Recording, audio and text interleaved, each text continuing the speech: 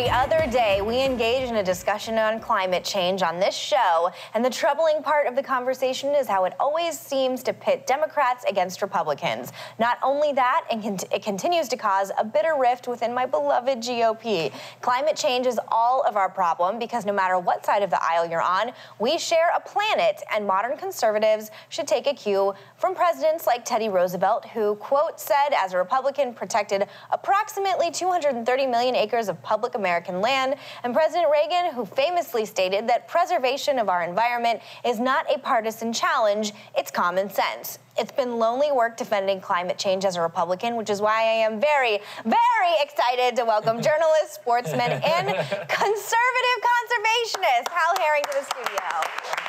Thank you so much for coming on. And you came all the way from Montana. I'm so grateful that you are here. So before we get into anything, you are a Republican.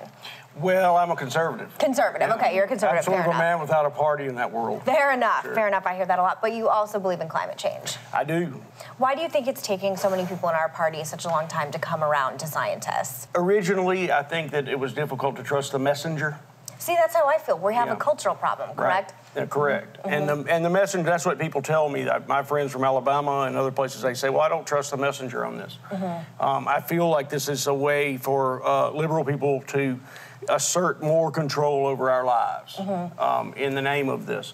And so, in other words, it's not about the issue of climate change, which is very difficult to counter. I want to ask you about a couple of things that some of the folks in the Republican Party have said, because unfortunately they've sort of, shot themselves in the foot, some of the leaders in the Republican Party, just with how they talk about climate change out in the political sphere. Like, for example, in 2009, Marco Rubio said, when asked about climate change and its effect on the planet, said, quote unquote, I'm not a scientist, just straight up said that. And then in May of this year, when asked about climate change, John Boehner, obviously the Speaker of the House, had this to say. He said, listen, I'm not qualified to debate the science over climate change, but there isn't really, as you said, a debate to be had.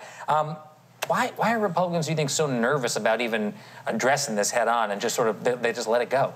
I think that's a cop-out, is what it is. It's avoiding the issue completely, and it always makes me mad because these same people are the first people to take antibiotics when they're sick. They fly on planes, which require physics and engineering.